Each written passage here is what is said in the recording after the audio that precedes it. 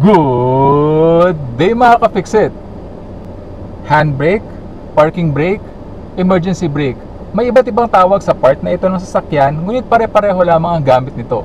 At yan ang ibabahagi ko sa iyo ngayon in this episode of Fix It Dennis, Fixing the Way We Drive.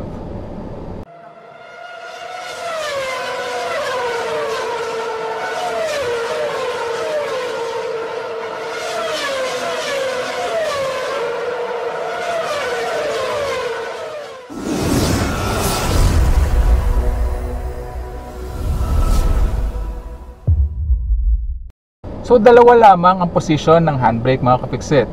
So kapag ka nakataas siya, it is engage, and kapag nakababa siya, it is disengage mga ka-fix-it.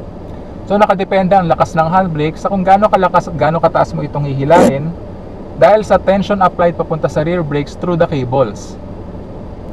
So depending on your car model, the handbrake might be different on different cars mga ka-fix-it. Like in this vehicle, Mitsubishi Mirage GLX model, it is manually operated. Like this one mga ka-fix-it, no? Some are electronically operated na meron silang button sa left side ng kanilang steering wheel. Meron din naman na nandito sa tabi ng cambio, yung kanilang pindutan ng parking brake. And yung iba naman manually operated din na merong foot pedal dito sa leftmost part ng mga pedals mga ka-fix-it. So depende yan sa car brand and model mga ka-fix-it. So refer to your owner's manual para makita mo yung location ng iyong parking brake or handbrake sa iyong sasakyan and kung paano ito ino-operate. So through this video mga ka-fix-it, minsan sasabihin kong handbrake, minsan sasabihin kong parking brake, minsan sasabihin kong emergency brake. So alin man doon sa tatlo yung marinig mo, iisang part lang po ng sasakyan yung tinutukoy ko, which is ito po yun mga ka-fix-it. Okay? Okay mga ka-fix-it, so the correct way to operate the handbrake mga ka-fix-it or parking brake or emergency brake is to pull up, no? Pull up as you would, no? Apply enough pressure and pull up the handbrake like so, no? Para makapag-apply ka ng tamang tension papunta sa iyong rear brakes through the cables, no? Meron po kasing mga nagsasabi na mali daw po yung ganitong operation. Ang tama daw pag-operate ng handbrake is pipindutin mo daw po itong button at hihilain mo pataas yung iyong handbrake at saka mabibitawan yung button. Okay? So, the problem with this method mga ka-fix-it, pag ganun ang ginawa mo, lalong-lalo na kapag ka nakaparada ka sa mga uphill na kalsada kagaya nito, ito medyo pataas itong kalsada na to, no? So, para maipakita ko sa iyo na pataas nga itong kalsada, ibababa ko yung ating handbrake at bibitawan ko yung ating foot brake. So ayan, makikita mo umatras yung ating sasakyan. Okay? The problem with the method na pinipindot itong button na ito, sometimes hindi tama yung tension na may apply mo through the cables papunta sa yung rear brake. Just like this one, for example, no? Pipindutin ko yung button at mag-a-apply ako ng handbrake. Okay, so binitawan ko na siya. So anong nangyari, imbis na meron pang konting angat na mangyayari doon sa ating handbrake, no? Hindi mo na siya maangat hanggang doon kasi pag inangat mo siyang gano'n, mabababa mo siya ng konti. Dahil ang mangyayari, hahanapin mo yung ngipin. Kasi ratchet system ito ratchet mechanism po yung ating handbrake. So hahanapin mo yung ngipin kung saan ma-engage yung ating handbrake. So mangyayari, imbis na maitaas mo pa siya, bababa pa siya ng isang click or more than 2 clicks mga ka-fix-it. Kagaya nito, halimbawa, in-apply ko siyang ganyan, no? Pinindot ko, in-apply ko. Ayan, no? Oh, medyo gumagalaw pa rin yung sasakyan. Ayan, kung mapapansin mo, gumagalaw pa rin. 'Di ba?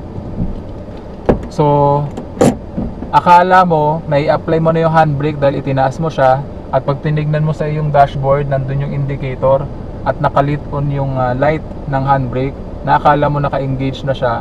Pero pagbaba mo ng sasakyan, mag-roll down yung sasakyan mo, no? Kung hindi man siya agad mag-roll down. Never use that method mga ka-fix-it. Sinasabi kasi nila nakakasira daw ng handbrake yung ganitong method, yung ganyan. Well, in reality po mga ka-fix-it, hindi po. Dahil yung atin pong handbrake, no, it's a ratchet mechanism na meron pong mga ngipin yan sa ratchet mechanism yan na kung saan, kaya po tayo nakakanilig ng ganito. Yan. Narinig niyo po mga ka-fix-it, no, yung mga ganong click, kasi meron po yung mga ngipin sa loob na kung saan nagla-lock in place yung ating ratchet mechanism. base sa kung gaano kalakas na tension or gaano kalakas na pulling power yung in-apply natin sa ating handbrake. At yung tension na yon ma-apply through the cables papunta sa ating rear brake. So mag-a-apply siya ng enough tension, no, para mag-engage yung ating rear brake at mapigilan yung ating sasakyan from rolling down. Okay? So that is designed this way, mga ka-fixit, no. The handbrake is designed this way, and yung correct operation niya is yung pull the handbrake up, no, without pushing this button like this. Ganun po, mga ka-fixit. Yan yung correct way on operating your handbrake. Okay, mga ka-fixit, so correct way to operate naman yung ating handbrake when parking an manual transmission vehicle, mga ka-fixit. So gawin natin yan. Ito, magpo-forward muna ako. Halimbawa, paparada ako sa gilid ng kalsada na to.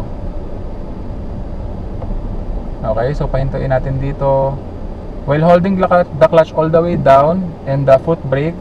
So ang gagawin ko, mga ka-fixit, ilalagay ko yung ating sasakyan sa neutral para ma-release ko na yung ating clutch all the way up. Then mag-a-apply ako ng handbrake. Okay, then i-release ko na yung ating foot brake. So ngayon, most of the vehicle's weight, mga ka-fixit, is on the handbrake na or the parking brake. Okay, mga ka-fixit. So what I'm gonna do now, clutch all the way down, ilalagay ko sa forward gear yung ating sasakyan, then I will turn off the engine. Okay? In that way, mga ka-fixit, turn on ko lang kasi may camera tayo. Okay? So in that way, mga ka-fixit, yung ganong klase ng method when parking, most of the vehicle's weight is on the handbrake or parking brake, no? Nilagay ko lamang yung ating transmission sa forward gear bago ko tinurn off yung engine para just in case makawala sa pagkaka-handbrake yung ating sasakyan, hindi pa rin siya magro-roll down kung tayo ay nakaparada sa uphill na kalsada, no, dahil naka-engage tayo sa ating transmission, naka-engage yung ating forward gear. So pinaka last resort or fail safe na lamang yung pagkaka-engage natin sa ating transmission para hindi mag-roll down yung ating sasakyan. Pero always think about when parking na ilalagay mo yung most of the weight ng iyong sasakyan sa iyong handbrake and not on the transmission. Okay? Mas murang magpagawa po ng handbrake kaysa sa transmission, mga ka-fixit. So sa handbrake mo ilagay yung most of the vehicle's weight. Okay, mga ka-fixit?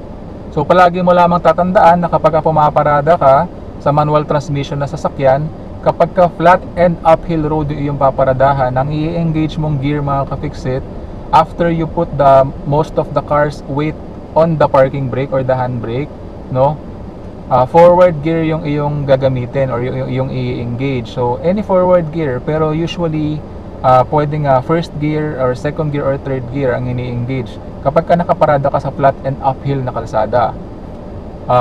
Kapag ka nakaparada ka naman sa isang downhill na kalsada, mga ka-fixit, ang i-engage mo naman na gear ay reverse gear, mga ka-fixit. Okay? Para hindi mag-roll down yung iyong sasakyan pababa dun sa downhill na yun when you're facing the downhill. More on this topic sa ginawa na nating past episode ng Fix It Dennis, how to park securely in flat uphill and downhill roads. So maglalagay ako ng link ng video na yun sa upper right portion ng video na to and sa description below para mapanood mo. Okay, so tips and tricks naman tayo, mga ka-fixit. Sometimes kasi, mga ka-fixit, kapag ka naka-engage yung iyong handbrake, minsan mahihirapan kang pindutin itong button na ito, lalo na kapag nakaparada ka sa isang uphill na kalsada. So sometimes kasi masyadong malakas yung pulling power natin, na masyadong malakas din yung tension na may apply natin sa cables papunta sa ating rear brakes. Okay? So kapag ka nangyari yun, nahihirapan kang pindutin itong button na ito, ang gawin mo, hilain mo ng bahagya or hilain mo pa ng konti yung iyong handbrake para mas madali mong mapindot yung release button at maibaba mo yung iyong handbrake. Okay? So sometimes nangyayari talaga yon. So hilain mo lamang ng konti, okay, yung iyong handbrake para yung ratchet mechanism sa loob ng iyong handbrake ay mag-react at ma-free up mo yung iyong handbrake, no, through this release button. Okay, mga ka-fixit, so another useful tip, mga ka-fixit, tungkol sa handbrake or parking brake. So sometimes kasi, mga ka-fixit, napapaarangkada natin yung ating sasakyan subconsciously na naka-handbrake pa rin tayo. Okay? So gagawin natin ngayon, i-simulate natin yung action na yan, no?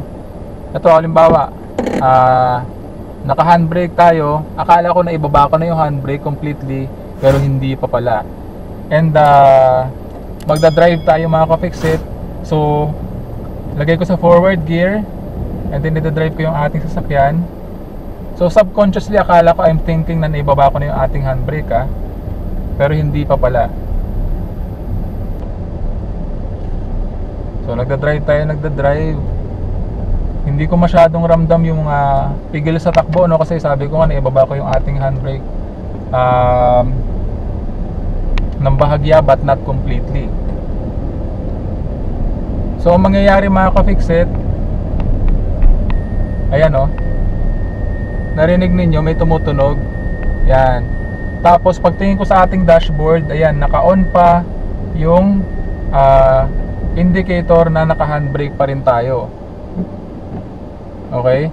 So dito kasi sa particular model na to, Mitsubishi Mirage, merong indicator sa dashboard na circle and the exclamation point, na ang ibig sabihin ay naka-engage pa yung ating handbrake. And a few seconds after driving, no, tutunog din yung beeping sound na narinig ninyo kanina. So yun yung indicator din, isa pa sa mga indicator na naka-engage pa yung ating handbrake. So may mga modelo na walang tunog, meron lamang indicator sa dashboard, at meron namang mga may tunog usually sa mga newer models ng sasakyan kagaya nito Mitsubishi Mirage, no? Malalaman mo na naka-engage pa rin yung handbrake mo through the dashboard and through dun sa mga tunog na unexpected na tunog na maririnig mo sa iyong sasakyan. Always remember lang mga ka-fix-it na bago ka magpaarangkada, siguraduhin mo na naka-disengage completely yung iyong handbrake. I-check mo rin yung iyong dashboard, no, kung meron dyang mga indicator lights na hindi naman dapat na naka-on habang ikaw ay nagda-drive. Okay mga ka-fix-it? Kasi po kapag naka-engage yung ating handbrake habang tayo ay nagmamaneho, meron pong unnecessary wear and tear na nangyayari dun sa ating rear brakes.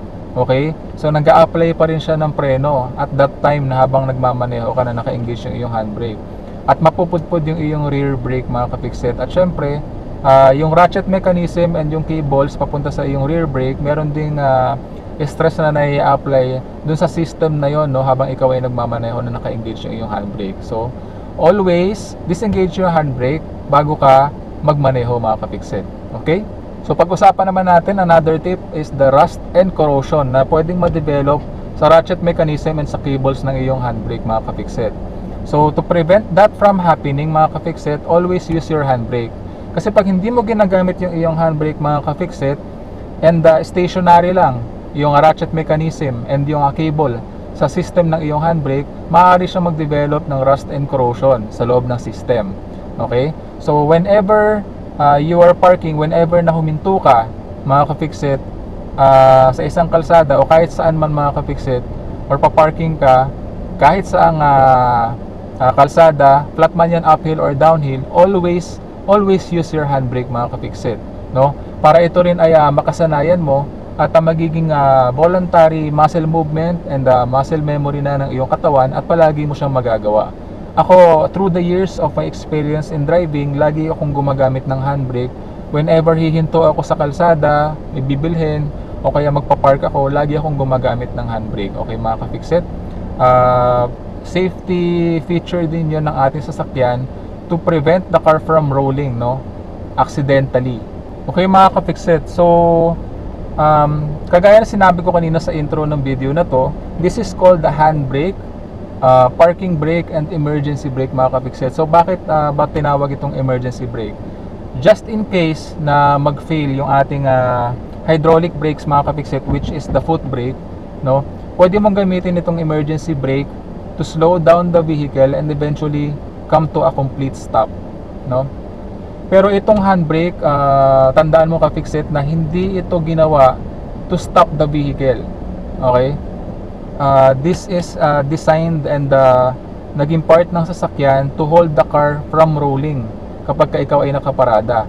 Pero kagaya nga na sinabi ko kanina, pwede mo siyang gamitin as emergency brake just to slow down the vehicle, no? And eventually we will come to a complete stop, no, dahil mapapaslow down niya yung ating sasakyan. Pero don't expect na yung power ng handbrake kapag in-apply mo siya during an emergency situation is magiging kasing lakas siya ng hydraulic brakes or foot brake mo. Okay, so keep that in mind mga ka-fix-it. Okay, so just remember one thing, kapag gagamitin mo to as emergency brake, just in case, no, wag naman. Naku, walang kahoy dito. Pwede nito. Okay, just in case lang naman mga ka-fix-it, no. Ang tamang pag-apply nito as emergency brake is pipindutin mo itong button na to, yung release button, no. So halimbawa, nagka-problema yung ating hydraulic foot brake mga ka-fix-it, and kailangan natin mag-slow down, no, syempre. Siya nga pala yung video na yan, no, how to stop your vehicle, no. Kapag nagka-problema yung iyong hydraulic brake, gagawin ko ng separate video yan, no. Kasi merong tamang layout ng tamang pagkakasunod-sunod na mga dapat gawin kapag nangyari yan mga ka-fix-it. Pero just for the sake of doing it in this video, ipapakita ko sa inyo kung paano yung ginagawa, no. Sa handbrake lang muna mga ka-fix-it. Okay? So just in case na mag-fail yung iyong hydraulic system, the correct way to operate your emergency brake is to push this release button, no. Continue holding the release button, then apply the handbrake or emergency brake gradually. Dahan-dahan lang mga ka-fix-it, no. Dahan-dahan mo lang itataas, dahan-dahan hanggang sa mapahinto mo yung iyong sasakyan, no. Dahil kapag tinataas natin yung ating handbrake, tension is developed on the ratchet system and the cables papunta sa ating rear brakes, at ma-apply yung ating rear brakes. Unti-unti niya may slow down yung ating sasakyan until we come to a complete stop mga ka-fix-it. Okay? So, wag na wag mong i-release yung pag-hold sa release button, no, habang umaandar pa yung sasakyan. Kasi kapag ni-release mo yung release button habang umaandar pa yung sasakyan, maaari mag-lock yung rear wheel ng iyong sasakyan at magfi-fishtail yan at maaari kang mawalan ng control sa iyong sasakyan. So, wag na wag din na habang tumatakbo yung sasakyan, nawalan ka ng hydraulic na preno, is itataas mo yung iyong handbrake ng ganyan. So maglalak yung iyong handbrake, then maglalak yung iyong rear wheel, okay, magfi-fishtail at maaari kang mawalan ng control sa iyong sasakyan. Okay, so this is the correct way, no, para mapahinto mo yung sasakyan kung halimbawa nasira yung iyong foot brake. Gagawin natin yan ngayon. Ito mga ka-fix-it, halimbawa nasira yung ating hydraulic foot brake mga ka-fix-it, no. So ang gagawin ko, mag-develop lang tayo ng konting speed. So clutch all the way down at i-apply ko yung ating handbrake while holding the release button. Then gradually applying force, no, to pull. Ayan, eventually napahinto natin yung ating sasakyan gamit lamang yung ating handbrake or emergency brake. Then lagyan na natin yung ating transmission sa neutral para mabitawan natin yung ating clutch all the way up. Okay? So sa pag-a-apply ng handbrake as an emergency brake mga ka-fix-it, always remember to hold the release button habang ina-apply mo yung iyong handbrake, and gradually increasing the pulling force, no, para mapahinto mo yung iyong sasakyan eventually. Kasi kung mapapansin nyo, hindi niya naman agad napahinto yung ating sasakyan, no. It takes several seconds bago niya napahinto yung ating sasakyan, considering na hindi naman ganun kabilis yung ating takbo. So isipin nyo na lamang, kung medyo mabilis yung ating takbo, mas matagal niyang mapapahinto yung ating sasakyan, no, bago tayo makapunta sa isang complete stop. Okay? So remember din to hold your clutch all the way down kung medyo mabagal na yung takbo ng inyong sasakyan, para pagkahinto ninyo hindi kayo mamatayan ng makina. So always remember to use your handbrake mga ka-fix-it whenever na humihinto ka or nagpa-park ka sa kahit na anong klase ng kalsada mga ka-fix-it, para maging voluntary muscle movement ito and reflex action ng iyong katawan, at palagi mo na siyang magagawa. Kasi by using the handbrake, kapag ikaw ay humihinto sa kalsada, mape-prevent mo yung iyong sasakyan from rolling at any type of given road, flat man yan, uphill or downhill mga ka-fix-it. With that being said, don't forget to disengage your handbrake kapag ikaw ay aarangkada na or aalis na sa pagkakaparada mga ka-fix-it. Okay? At kagaya ng palagi ko sinasabi, palaging tatandaan na walang sino man ang pinanganak na magaling. Kailangan natin ng sapat na panahon at pagsasanay upang maging magaling tayo sa anumang bagay. So that concludes our episode for the day. I do hope na sana may natutunan ka sa video episode natin ngayong araw. So kung di ka pa subscriber ng channel ko, please consider subscribing. Please like, leave a comment, and share my videos para makatulong din po sa iba. Please also follow me my Fix It Dennis Facebook page. Again, thank you for watching. Hanggang sa muli. Paalam!